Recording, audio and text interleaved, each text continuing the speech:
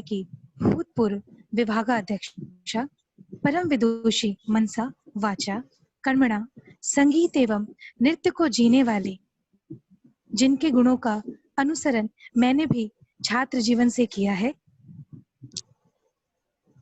ऐसी डॉक्टर विधि नागर मैम को विशिष्ट व्याख्यान के लिए मैं निवेदन करती हूँ।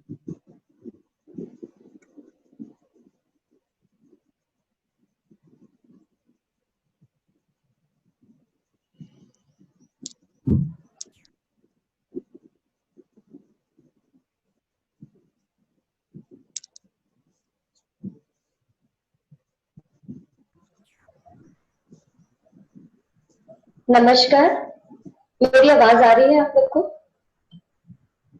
हाँ आ रही जी।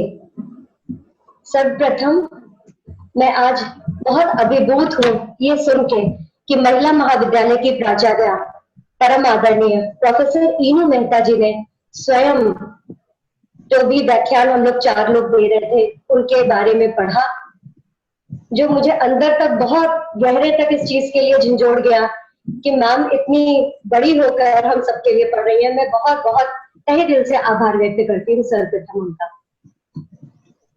प्रोफेसर ऋचा कुमार जी और उनकी सभी पूरी team, doctor Nahar, doctor Anjali, doctor Shweta Jaiswal, सभी को बहुत बहुत शुभकामनाएं, बहुत बधाई कि लॉकडाउन में जबकि लोग ये सोच रहे थे कि ये एक छुट्टी बिताने का मौका मिल गया है और अब हम सब आराम से सोएंगे, आराम करेंगे, ऐसे समय में आप लोगों ने इतनी कर्मठता दिखाते हुए वेबिनार का आयोजन किया। आप सभी को बहुत बहुत बधाई। मुझे बहुत हर्ष है इस बात का कि महिला महाविद्यालय ने सर्वप्रथम वेबिनार का आयोजन किया। आजकल वेबिनार बहुत सारे फेसबुक में देखने को मिल रहे हैं। इसके साथ ही क्योंकि यहाँ पर लगभग 230 लोग जुड़े हुए थे और बराबर देख रहे हैं अभी 194 है।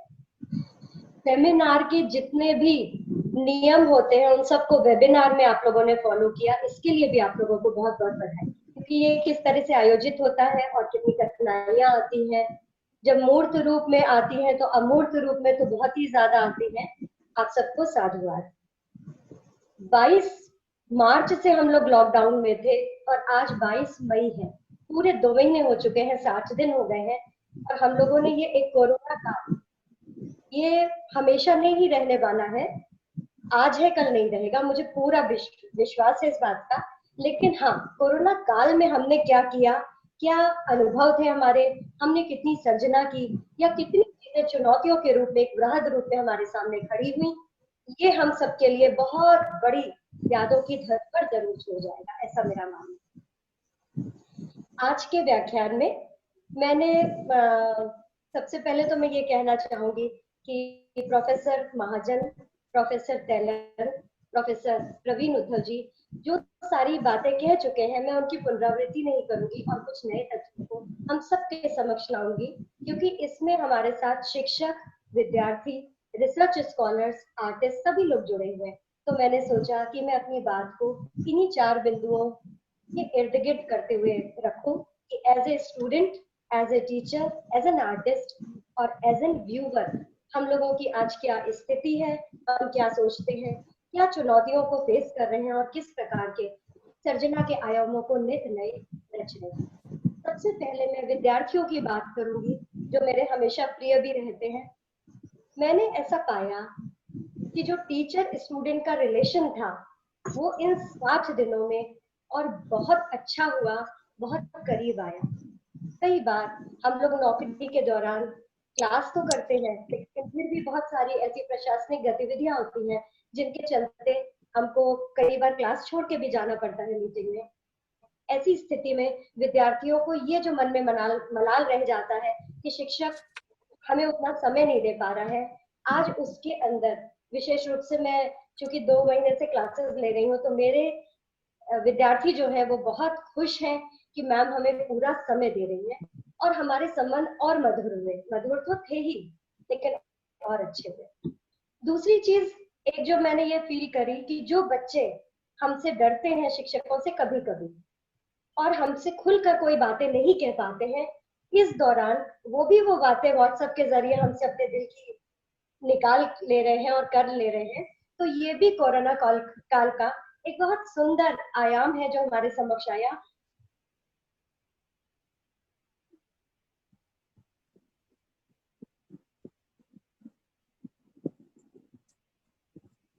विद्यार्थी भी हमसे बहुत अच्छी तरह से जुड़ पा रहे हैं। जैसा कि प्रोफेसर प्रवीण उद्धव जी ने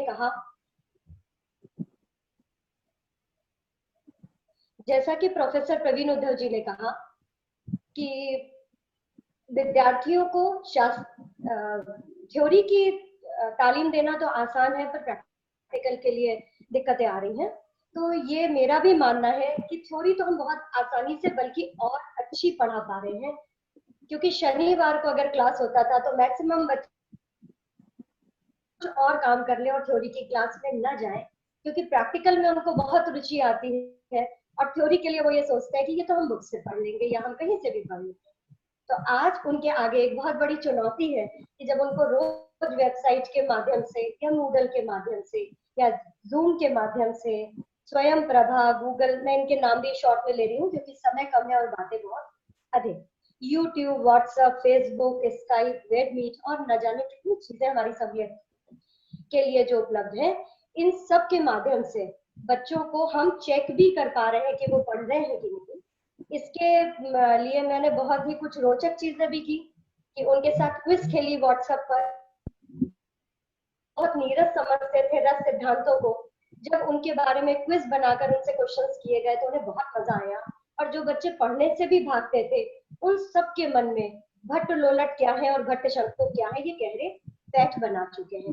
तो ये माध्यम हम लोगों के थ्योरी पढ़ाने के लिए बहुत अच्छा है। प्रैक्टिकल के लिए मेरा मानना है कि कहीं ना कहीं वही बारीकियां हम नहीं सिखा सकते हैं कि पैर इस तरह से रखेंगे या हाथ किस तरह से ले जाएंगे, या नजरों को कौन सी दृष्टि से हम सम दिखा रहे हैं कि सांची दिखा रहे हैं। इन सब की दिक्कतें तो आ रही हैं, लेकिन फिर भी जैसा मैंने पहले भी कहा कि ये काल है, एक छोटा सा काल है, ये चला जाएगा और वापस हम सीना बसीना, जैसे कि हम चाहे क्लास में या गुरु शिष्य परंपरा में तालीम लेते हैं, हम निर्बाध रूप से फिर उसको लेना शुरू कर देंगे। पर हाँ, ये जो इस काल के अनुभव है, ये हमारे लिए एक जरूर खाती के रूप में काम करेगा। और इसमें जो हमने सृजना के नए आयामों को रचा है, वो भी हमारे उस शिक्षण काल में भी निश्चित रूप से काम आएंगे। तो ये तो था विद्यार्थियों की ओर से मेरा मानना, सोचना। एज एन आर्टिस्ट, आज जैसा कि हम लोग देख रहे हैं कि बाढ़ आ गई है फेसबुक में ऑनलाइन बैठक सीरीज कार्यक्रमों की, जो कि बिना पैसों के हो रहे हैं। प्रोफेसर प्रवीण उद्धव जी ने इसका जिक्र किया और मैं सहमत भी हूँ, क्योंकि आज तो ये हमारे लिए चमक दमक, हमारा एक अपनी बात कहने का प्लेटफॉर्म जरूर है, लेकिन भविष्य में ये बेरोजगारी को निश्चित रूप से बढ़ाएंगे और मुश्किलें भी खड़ी करेंगे। तो मेरा ऐसा सुझाव है, मैं सुझाव भी साथ देती जा रही हूँ कि इन कार्यक्रमों को जब हम अपने हाथ में लें, कोई भी ऑनलाइन बैठक हो या कुछ, उसका जरूर स्तर देखें और किस तरह से करना है, कितनी देर के लिए करना है, या अपनी शर्तों को भी रखें, जैसे कि हम ऑफ कोरोना काल कर रहे थे उस तरह से। दूसरा, एक जो चीज मैंने बहुत महसूस की, सम्मोहन। हमारे गायन, वादन, नृत्य कलाएं जितनी भी हैं, इसमें सम्मोहन है। जब हम मंच से इन कलाओं को देखते हैं और सम्मोहित हो जाते हैं, वो वाली चीज ऑनलाइन में नहीं है। जैसे कि अभी मैं ही बात कर रही हूँ, आप सब मुझे देख सुन पा रहे हैं बहुत अच्छे से, लेकिन मैं सिर्फ स्क्रीन पर 4 लोगों को ही देख पा रही हूँ और उन्हीं को अपनी एक बहुत बड़ी ऑडियंस मान करके बात करती जा रही हूँ।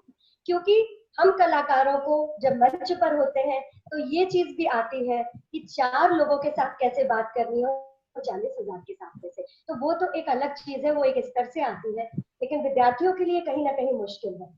दूसरी चीज, एज एन आर्टिस्ट जो मैं देख रही हूँ, लोग चैलेंज दे रहे हैं एक दूसरे को, बहुत सारे, कोई कीर्तक थुनथुन का चैलेंज दे रहा है, कोई धातक का थुंगा का दे रहा है। तो ये सब विद्यार्थी एक्सेप्ट कर रहे हैं और इनके साथ साथ बड़े गुरु भी एक्सेप्ट कर रहे हैं। ये एक बहुत सुंदर बात है, बहुत सुंदर सोच है। पंडित बिरजू महाराज जी जैसे इतने बड़े महान गुरु, वो भी कीर्तक थुनथुन के एक बोल को दे करके ये कह रहे हैं कि चाहे कोई छोटा हो, विद्यार्थी हो या शिक्षक हो, वो आए और इस मंच पर अपनी एक रचना बनाए। तो रचनात्मक क्षमता इस तरह से बढ़ रही है।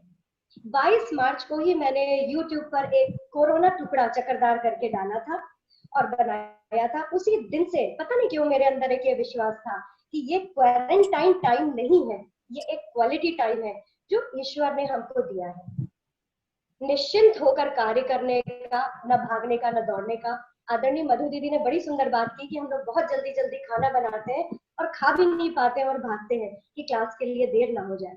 तो ये एक समय है कि हम खाना भी बना सकते हैं, खा भी सकते हैं, आराम से निश्चिंत होकर के रियाज भी कर सकते हैं और अपने विद्यार्थियों के साथ, अपने व्यूवर्स के साथ जुड़ भी सकते हैं। इसके साथ ही नृत्य की, चूंकि मेरा विषय है, तो मैं ये भी जरूर कहूंगी कि हमारे नृत्य में जो बैठकी भाव खत्म हो चुका था, वो फेसबुक के माध्यम से फिर से रिवाइव हो रहा है।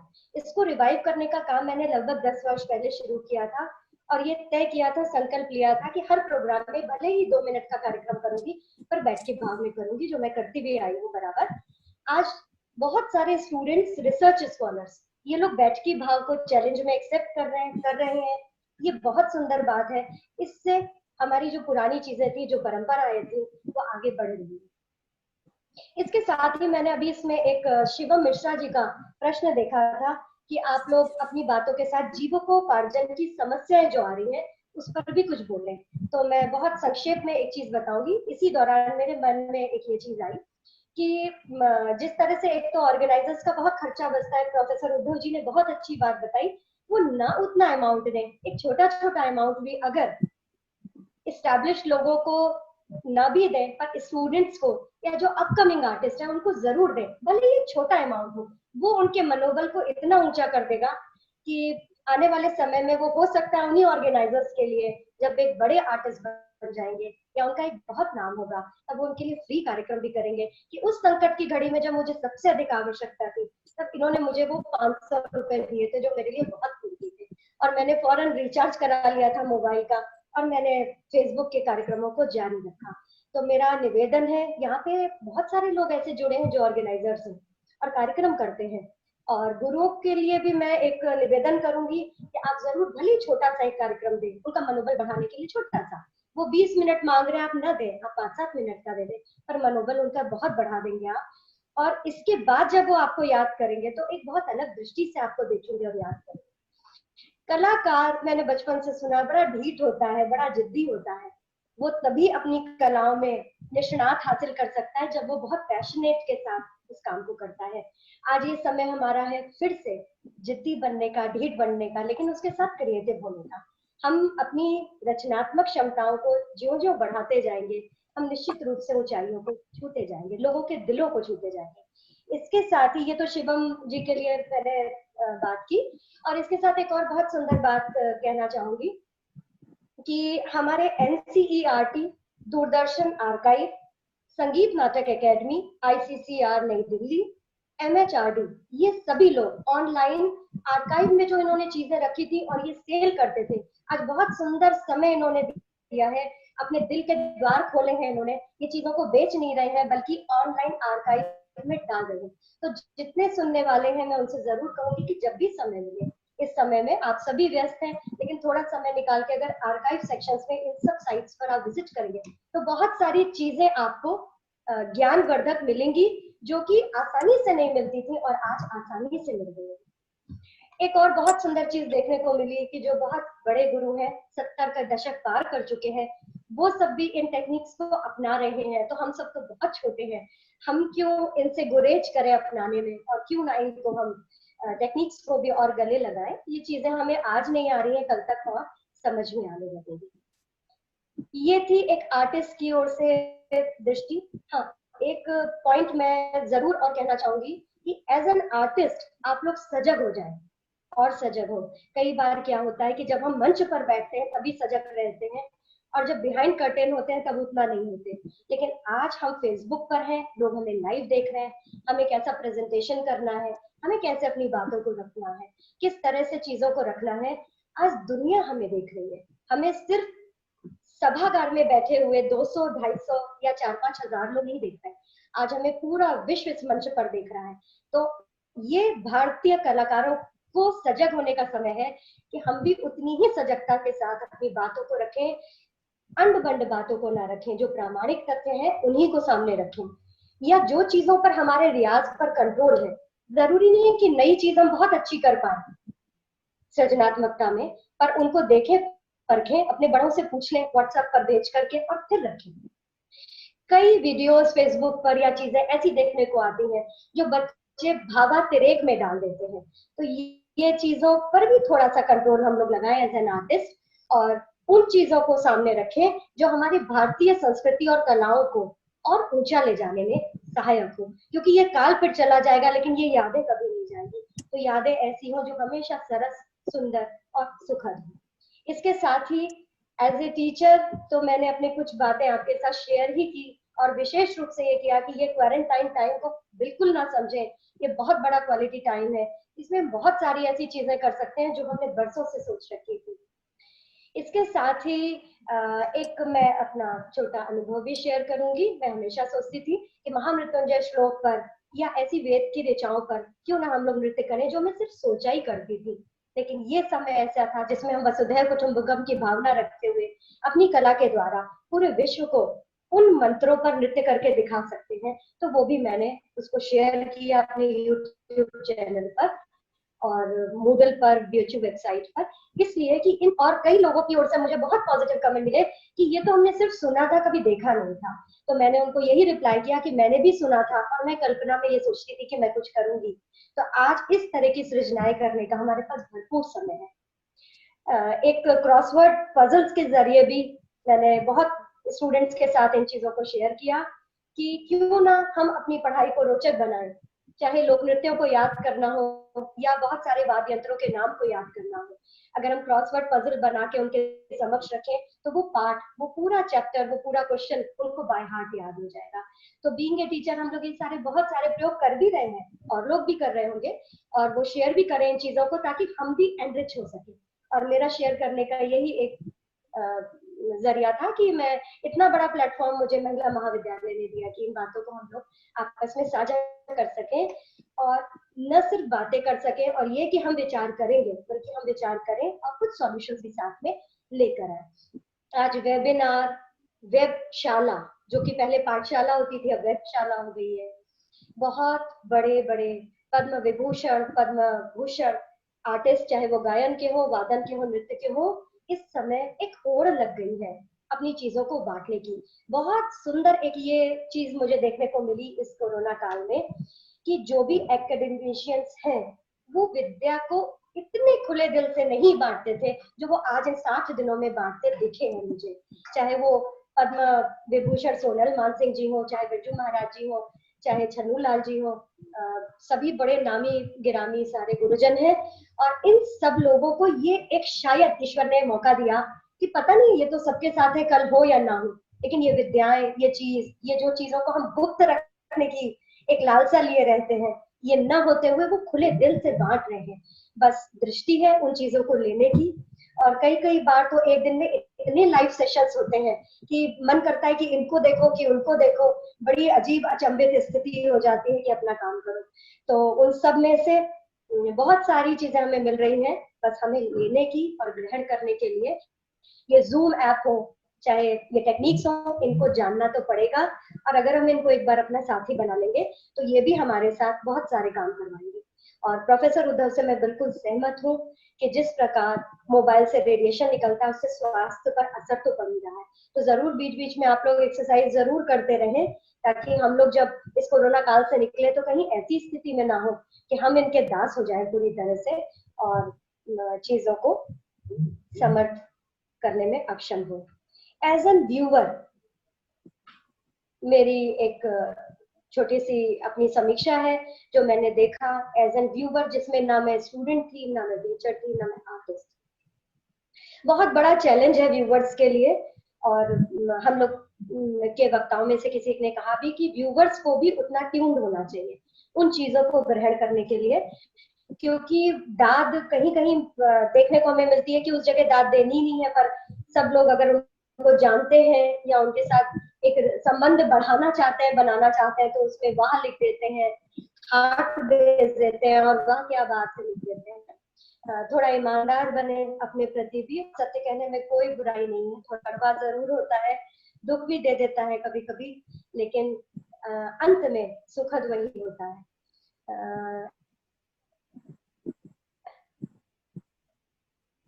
इसमें कोई गरिमा मोनिका जी कुछ लिख रही हैं, नहीं मैंने ऐसा, अगर मेरे लिए है तो मुझे कोई भी बुरा नहीं लगा, बल्कि मैं क्षमा मांगूंगी खुद ही, क्योंकि मैं कई बार बहुत स्पष्ट कह देने के लिए लोगों को कष्ट भी पहुंचा देती हूँ।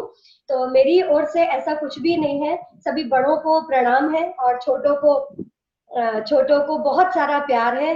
मैं बहुत पॉजिटिव रहने की कोशिश करती हूँ, रहती हूँ, बहुत क्रिएटिव करने के लिए और अपने स्टूडेंट्स को भी करती हूँ क्रिएटिव। और इस बीच में मैंने जितने भी मेरे स्टूडेंट्स थे 1997 से लेके 2000 तक के, 2020 तक के, उन सबको जोड़कर एक एल्यूमिनी ग्रुप बनाया है।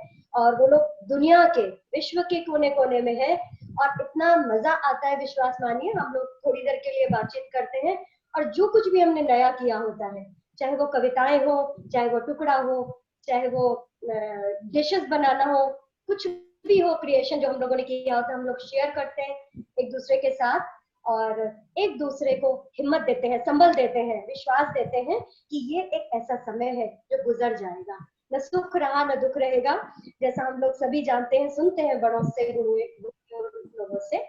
तो ये तो एक समय है, बस ये हमको इतना कुछ सिखा के जा रहा है। और निश्चित रूप से मुझे ये महसूस हो रहा है कि हम लोगों में वो जो प्रेम की धारा खो चुकी थे, कामों से, भाग दौड़ से, और बहुत सारी बातों से, बहुत सारे पेपर वर्क से, वो सब रुका है।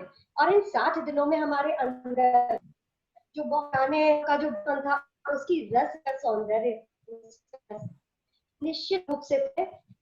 सभी के चेहरे सब बहुत दिखते हैं, सुंदर तो शक्लें भी थे, लेकिन हम लोग इतनी भागदौड़ में थे कि हम वो सुंदरता देख नहीं पाते थे। तो ये सारी चीजें जो एक संगीतकार के जीवन में चुनौतियां भी होती हैं और सृजना के लिए बहुत प्रेरित भी करती हैं, ये सारी चीजें कहीं से वापस ईश्वर ने हम लोगों को दे दी हैं कि हम जब इस काल से निकलें और वापस अपनी जगहों पर जाएं, तो बहुत सुंदर हरे भरे रूप में जाएं और फिर से सृजना के लिए तैयार हो जाएं और पूरे मनोबल के साथ कार्य करें। मुझे लगता है मेरा समय, और अगर आप मुझे और समय देंगे तो मैं बोल सकती हूँ जैसा आयोजक कहे।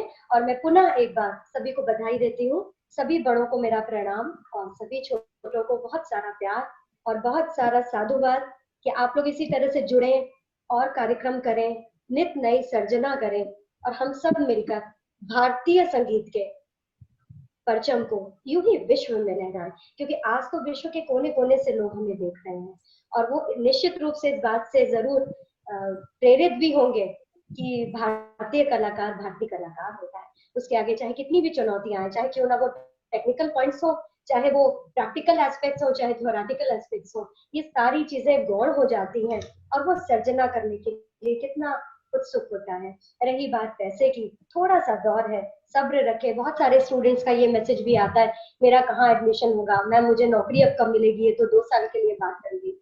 आप ये न सोचें, ईश्वर आपको उससे दुगना चौगुना लौटाता जाएगा, अगर आप सच्चे मन से और ईमानदारी से कार्य करने में उत्सुक रहेंगे, प्रेरित रहेंगे और लगे रहेंगे।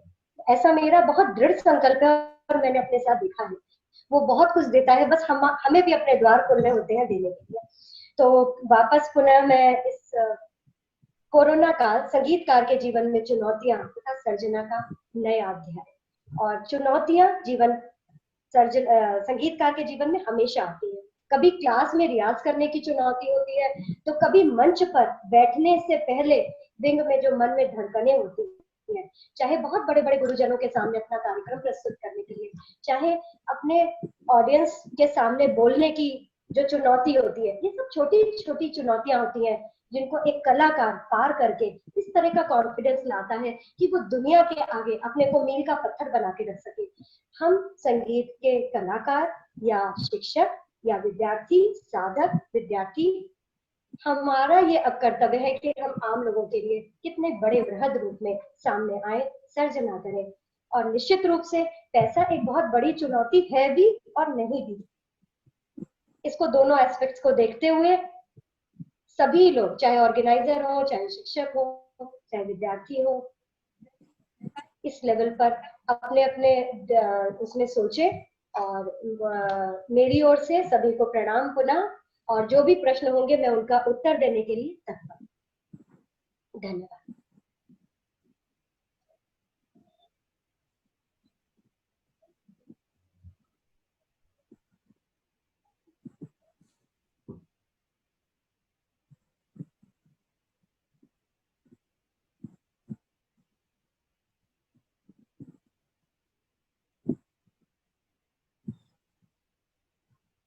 हेलो, आवाज आ रही है?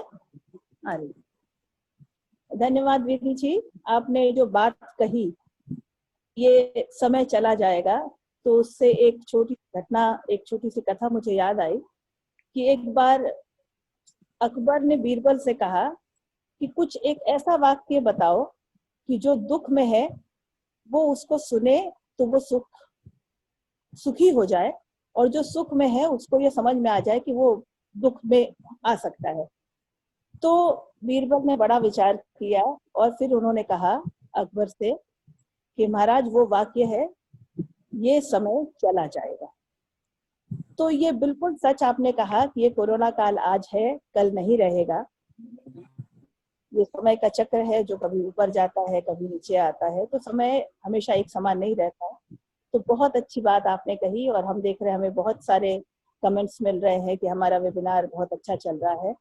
तो हमारे प्रधानमंत्री जी ने, माननीय मोदी जी ने कहा था कि आपदा को अवसर में बदलना, तो हमने वही प्रयास किया है। और अब मेरा निवेदन है श्रोताओं से कि अगर आपका कोई प्रश्न है तो आप चैट बॉक्स में आप किससे ये प्रश्न कर रहे हैं उनका नाम डालते हुए अपना प्रश्न लिख दें, और हम उनमें से कुछ प्रश्नों को चुन करके आपके प्रश्नों का जवाब देने का प्रयास करेंगे। कृपया अपनी सक्रिय सहभागिता दिखाएं, और कुछ आपके मन में शंका हो, कोई सुझाव हो बहुत अच्छा, तो कृपया उसे चैट बॉक्स में डालें।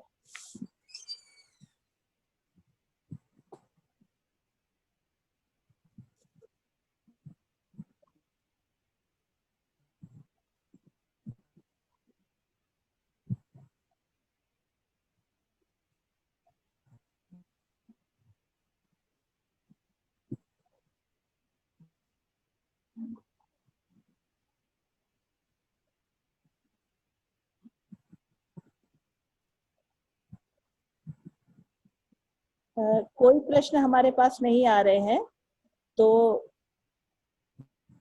अब हम अपने कार्यक्रम को आगे बढ़ाते हैं, समापन की ओर अग्रसर है। मैं अंजलि जी को चाहूंगी कि वे आगे बढ़ाएं कार्यक्रम को।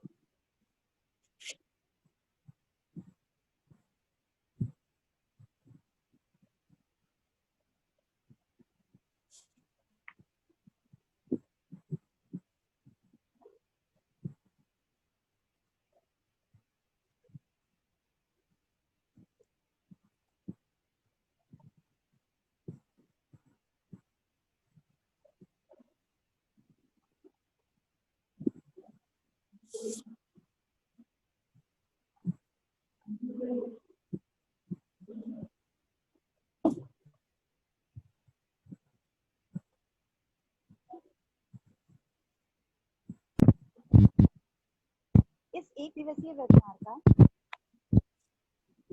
अंतिम वक्ता था डॉक्टर विधि नागर मैम का। इसके पश्चात कार्यक्रम की अगली एवं अंतिम कड़ी समापन की ओर अग्रसर है। समापन की ओर अग्रसर है, और इस क्रम में मैं वेबिनार के सह संयोजक डॉक्टर शोभित कुमार नाहर जी से सादर आग्रह करती हूँ कि वे इस वेबिनार का समापन कर धन्यवाद ज्ञापन करें। डॉक्टर शोभित कुमार नाहर जी।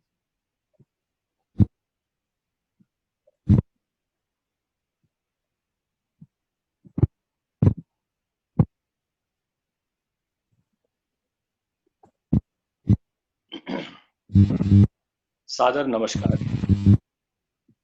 इस वेबिनार में सभी का मैं पुनः से अभिवादन करता हूँ, और हमारे मुख्य वक्ता उन लोगों ने इस वेबिनार के माध्यम से इस विषय जो कि कोरोना काल संगीतकार के जीवन में चुनौतियों तथा सर्जना का नया अध्याय विषय पर उन्होंने अपने इतने बहुमूल्य विचार रखे जिनसे हम सब बहुत लाभान्वित हैं। इसमें सर्वप्रथम दिल्ली विश्वविद्यालय से प्रोफेसर अनुपम महाजन जी, जो पूर्व संकायाध्यक्ष भी रही हैं, उन्होंने इस विषय को बोलते हुए उसमें जो उन्होंने गूढ़ तत्व बातें कही, जिसमें उन्होंने कहा कि वर्तमान परिदृश्य में कला के उन्नयन और प्रचार प्रसार के लिए सभी कलाकारों को, चाहे वो किसी भी आयु वर्ग के, उन सभी को सकारात्मक रूप से उन अपने दृष्टिकोण के आधार पर एक होकर आधुनिक जो डिजिटल मीडियम चल रहा है उनको अपने प्रयोग में लाना होगा, जिससे कि संगीत और कला को जीवंत रखा जा सके। जैसा कि विदित है कि नए आधुनिक युग में हम सभी मोबाइल, इंटरनेट, इन सबों से थोड़े से परिचित हो चुके हैं, पर ये कहा जाए कि हाँ, जो हमारे गुणीजन हैं, चाहे वो किसी भी आयु वर्ग के हों, उन्हें इस वेबिनार के लिए, चाहे वो Zoom ऐप हो या व्हाट्सएप हो, ईमेल हो, सबों से उन्हें परिचित होना पड़ेगा, तभी भी हमारी कला जीवंत रह सकेगी। इस क्रम में का बहुत बहुत आभार व्यक्त करूंगा मैं। उन्होंने अपना बहुमूल्य समय दिया और इस पर अपने विचार दिए। कड़ी की दूसरी श्रृंखला में जयपुर से डॉक्टर मधु भट्ट टैलेंट थी, तो वर्तमान में संकायाध्यक्ष हैं। उन्होंने बड़े ही सुंदर ढंग से वेदों में अग्नि, प्राण, वायु आदि का उल्लेख करते हुए संस्कृत के बहुत ही सुंदर श्लोकों के माध्यम से उन्होंने इसको विचार को प्रारंभ किया। उन्होंने इस विषय से जुड़े हुए कई पहलुओं, जिसमें कि परिवार, प्रकृति एवं कलाकारों की स्थिति पर भी अपने विचार व्यक्त किए और सभी का ध्यान आकृष्ट कराया है। उन्होंने वर्तमान में जीवन शैली पर भी प्रकाश डाला। साथ ही साथ उन्होंने सुंदर सी प्रस्तुति भी प्रस्तुत की, सूर ताल में निबद्ध रचना, जो कि मुख्य रूप से कहा जाए कि कोरोना काल की जो रचना हम लोग जो बंदिश रचना करते हैं, ताल में निबद्ध होती है, गीत शैली में होती है, तो उन्होंने कोरोना को ही लेके उन्होंने इसकी गीत रचना और ताल में निबद्ध करके बड़ी ही सुंदर रचना उन्होंने प्रस्तुत की, मालकौस राग में और जो राग में थी। हम उनका भी बहुत आभार व्यक्त करते हैं।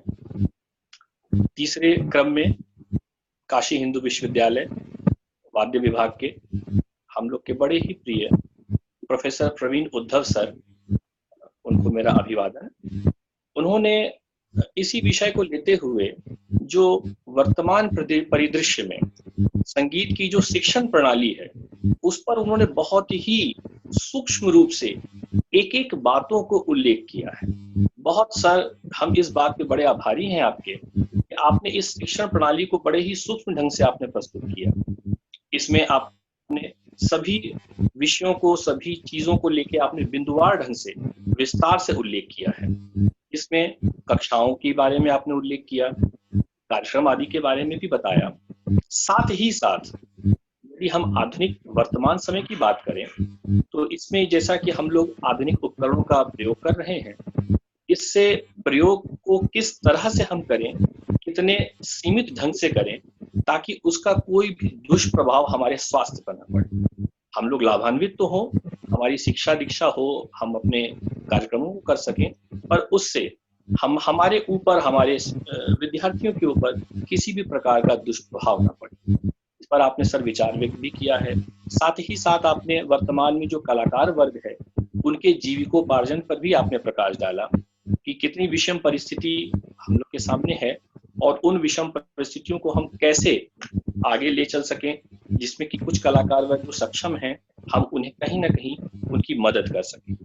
आपका बहुत बहुत आभार, बहुत धन्यवाद कि आपने इस विषय पर भी हम लोग का ध्यान आकृष्ट कराया। अंतिम कड़ी में मैडम डॉक्टर विधि नागर मैडम थी, जो नृत्य विभाग से थी। मैडम, आपका बहुत बहुत आभार, बहुत साधुवाद मैडम। आपने भी अपने जो वक्तव्य था उसको इतने अच्छे ढंग से आपने क्रम से बना रखा था कि हम लोग को वो बड़ा अच्छा लगा कि as a teacher as a student, as an artist and as a viewer. आपने इस 4 क्रम से आपने चीजों को जो बताया, इसमें आपने जो ये बातें कही, ये निश्चित रूप से हम ये पाते हैं कि वर्तमान में जो हम शिक्षक और जो हमारे विद्यार्थी हैं, उनका जो आपसी रिलेशन है इन 2 महीनों में निश्चित रूप से और प्रगाढ़ हुआ है, और हम लोग एक आए हैं, पास आ गए हैं। अपनी वो विषमताओं में वो कैसे हम पढ़ाई लिखाई शिक्षा दीक्षा अपनी जारी रख सकें, कैसे उनके मन में जो विचारें हैं वो सब हम लोग आपस में एक दूसरे के प्रति शेयर कर पा रहे हैं, उनकी परेशानियों को हम दूर कर पा रहे हैं। ये आपने निश्चित सही कहा कि ये बहुत ही अच्छा प्रयास रहा है कि हम लोग पास आए हैं।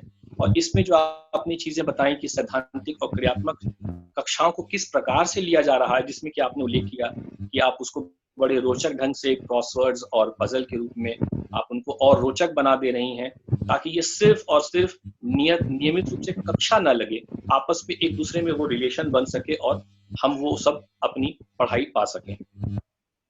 आर्टिस्ट के रूप में मैडम आपने जो बातें कही, उनकी कठिनाइयों को आपने सभी के सामने रखा कि सर्वप्रथम जो कठिनाई है विगत 2 महीनों से जो कलाकार वर्ग कहीं ना कहीं कार्यक्रम करके ही अपनी जीत को पार्जन कर सकते थे, वो कैसे कर पा रहे हैं या नहीं कर पा रहे हैं। तो उनके लिए हम लोग को आगे आना पड़ेगा, या उन कुछ कलाकार वर्गों को आगे आना पड़ेगा जो सक्षम हैं, कहीं ना कहीं उनके लिए कुछ हम योगदान कर सकें, ताकि ये काल जो निकल जाएगा, निश्चित रूप से आपने ये माना कि ये काल बस कुछ ही क्षणों का है और हम सब इससे उबर पाएंगे आगे, और बहुत ही अच्छा एनवायरनमेंट हमें मिलेगा, जैसा कि प्रवीण सर ने भी बताया था। और व्यूअर के रूप में भी जो आपने बात कही, एज अ व्यूअर कुछ ज्ञान, कुछ बातें उस विषय की जरूर होनी चाहिए जिन्हें वो देख रहे हैं, सुन रहे हैं, जिनको वो समझना चाह रहे हैं, तो उनकी कुछ ज्ञान उनको जरूर होना चाहिए, कहाँ पर हम उन्हें दाद दें या ये सब चीजें आपने बताई। तो मैडम आपका भी बहुत बहुत आभार, बहुत धन्यवाद। और ये कहा गया कि धन्यवाद की कड़ी अंतिम कड़ी है, मुझे तो नहीं लग रहा था कि यह धन्यवाद की कड़ी हम इसको आगे बढ़ाएं, क्योंकि 2 महीने के बाद निश्चित रूप से ऐसा एक अच्छा एनवायरनमेंट मिला है कि ये लग रहा है कि ये जारी रहना चाहिए। तो अब चूंकि ये एक औपचारिकता तो जरूर है, ये करनी ही पड़ेगी। इस औपचारिकता में सर्वप्रथम हम अपने विश्वविद्यालय के माननीय कुलपति जी प्रोफेसर राकेश भटनागर जी का बहुत बहुत आभार हम व्यक्त करते हैं कि विगत 2 वर्षों से उनका जो मार्गदर्शन हमें मिल रहा है विश्वविद्यालय को आगे ले जाने के लिए, और इस वेबिनार को आयोजित करने में उन्होंने अपना हमें किया है सफल। और प्रोफेसर इनू मेहता जी हमारी प्राचार्य महिला महाविद्यालय की, उनका मैडम का बहुत बहुत आभार है कि नियमित रूप से जब विश्वविद्यालय खुला रहता है, कॉलेज चलता रहता है, तो उनका बहुत हमें साथ और सहयोग मिलता है। मैडम हमें खूब बढ़ावा देती हैं चीजों में। पर जैसी जो इस समय जब हम लोग ने मैडम से बात किया है कि मैडम ये वेबिनार का आयोजन है, तो उन्होंने हम लोग को बहुत ही सहयोग प्रदान किया। और अभी वर्तमान में जैसा हम देख पा रहे हैं कि मैडम अपने ऑफिस में ही बैठी हुई हैं, अपने चेम्बर में बैठी हैं और शुरू से अंत तक अभी कार्यक्रम में सम्मिलित हैं। मैडम आपका बहुत बहुत आभार हम सभी की तरफ से, इस आयोजन के सफल आयोजन में आपने अपना सहयोग दिया है। इस क्रम में हम अपने जो हमारे 4 विशिष्ट वक्ता रहे हैं, प्रोफेसर अनुपम महाजन जी, डॉक्टर मधुभट पैलनी जी, प्रोफेसर प्रवीण उत्तर जी और डॉक्टर विधि नागर जी, हम उनका खूब अपना आयोजन सचिव की आयोजन की तरफ से, अपने विश्वविद्यालय परिवार की तरफ से हम उनका बहुत बहुत आभार व्यक्त करते हैं कि आपने अपना बहुमूल्य समय हम लोग के साथ ये शेयर किया। जैसा कि शुरुआत में हम लोग ने देखा था कि हम लोग का कार्यक्रम मंगलाचरण से प्रारंभ हुआ है। इस मंगलाचरण को हमारे बीच हमारे मित्र बैठे हैं, डॉक्टर राजा पाठक जी, जो वर्तमान में असिस्टेंट प्रोफेसर हैं ज्योतिष विभाग संपूर्णानंद संस्कृत विश्वविद्यालय। हम उनका बहुत आभार व्यक्त करते हैं। और राजा पाठक जी साथ ही साथ ये जो जूम ऐप पूरा आयोजन चल रहा है, इसमें भी उनकी बड़ी सक्रिय सहभागिता रही है, तो हम उनका आभार व्यक्त करते हैं। और ऐसा ही हम आशा करते हैं कि आगे भी आपका हमको यह सहयोग मिलता रहेगा। हमारे इस मंगलाचरण के उपरांत कुल गीत हमारे ही बीच श्री आदित्य भंडारी जी ने उस कुल गीत को किया था, जो कि प्रोफेसर ऋचा कुमार मैडम के अंडर में शोध छात्र हैं। ये बहुत बहुत ही अच्छे कलाकार भी हैं, बहुत अच्छा गायन करते हैं और छात्र के रूप में भी ये बहुत ही सरल और सहज हैं। तो इनका भी धन्यवाद, बहुत-बहुत आभार कि आपने इस स्कूल गीत को गाया हम लोग के लिए। इसी क्रम में हमारे कॉलेज की AIHC की प्रोफेसर मीना लाल मैडम, संस्कृत विभाग की प्रोफेसर विभारानी दुबे मैडम और समाज शास्त्र की प्रोफेसर रीता सिंह मैडम, हम इन तीनों का भी आभार व्यक्त करते हैं, जिनका कि समय-समय पर हमें बहुमूल्य सुझाव और उचित मार्गदर्शन प्राप्त होता रहा। आगे हम और क्या कहें, इस कार्यक्रम का आयोजन करने में हमारी संयोजिका मैडम, जिनको हम दीदी के रूप से संबोधित करते हैं, ये हमारी बड़ी दीदी हैं, अग्रजा हैं और इनका बहुत प्यार दुलार हमें मिलता है और हम इनका आभार क्या व्यक्त करें, इनका आशीर्वाद हम लोग को प्राप्त रहता है। फिर भी प्रोफेसर ऋचा कुमार मैडम को बहुत-बहुत आभार कि आपके मार्गदर्शन में इतना सफल ये वेबिनार आयोजन हुआ है, तो हम उनका भी आभार व्यक्त करते हैं। और ये भी कहा जाता है कि युवा वर्ग में बहुत शक्ति है, अत्यधिक शक्ति हमें युवा वर्ग से मिलती है। तो हमारी जो 2 कनिष्ठ बहनें हमारी जो वर्तमान में की ज्वाइन की थी, डॉक्टर अंजलि शर्मा जी और डॉक्टर श्वेता कुमारी, हम इनका बहुत-बहुत आभार करते हैं। इनका अत्यधिक कठिन परिश्रम रहा है इस वेबिनार के लिए। इनका ये कह सकते हैं कि इनका आधार रहा है सफल आयोजन के लिए। इनका हम तो निश्चित तौर से आभार व्यक्त जरूर करना चाहेंगे और आशा करते हैं आप ऐसे ही निरंतर आप प्रगति करते रहिए और अपना भी, अपने गुरुजनों का भी और अपने विभाग का, अपने सब्जेक्ट का, सबका आप नाम रोशन करिए। बहुत अच्छा लगा। तो हम बस इस धन्यवाद की कड़ी में अंत में सभी का धन्यवाद देना चाहेंगे जो प्रत्यक्ष रूप से इसमें सम्मिलित रहे, जो परोक्ष रूप से सम्मिलित रहे हैं, सभी का धन्यवाद और आशा करते हैं कि ऐसा ही फिर से एक वेबिनार मतलब कम समय में तुरंत फिर से जल्दी ये हो जाए। बड़ा अच्छा लग रहा था, ये लग ही नहीं रहा था कि ये समाप्त होने की कड़ी में आए। यूँ कह सकते हैं कि हमारी पहली कड़ी यहाँ समाप्त हुई है। अगली कड़ी में फिर से मिलने का हम अवश्य प्रयास करेंगे। बहुत-बहुत धन्यवाद सभी का जुड़ने के लिए, जो भी विद्यार्थीगण, जो भी अध्यापकगण, जितने भी श्रोतागण हमारे साथ जुड़े, हम सभी का धन्यवाद देते हैं। बहुत-बहुत धन्यवाद।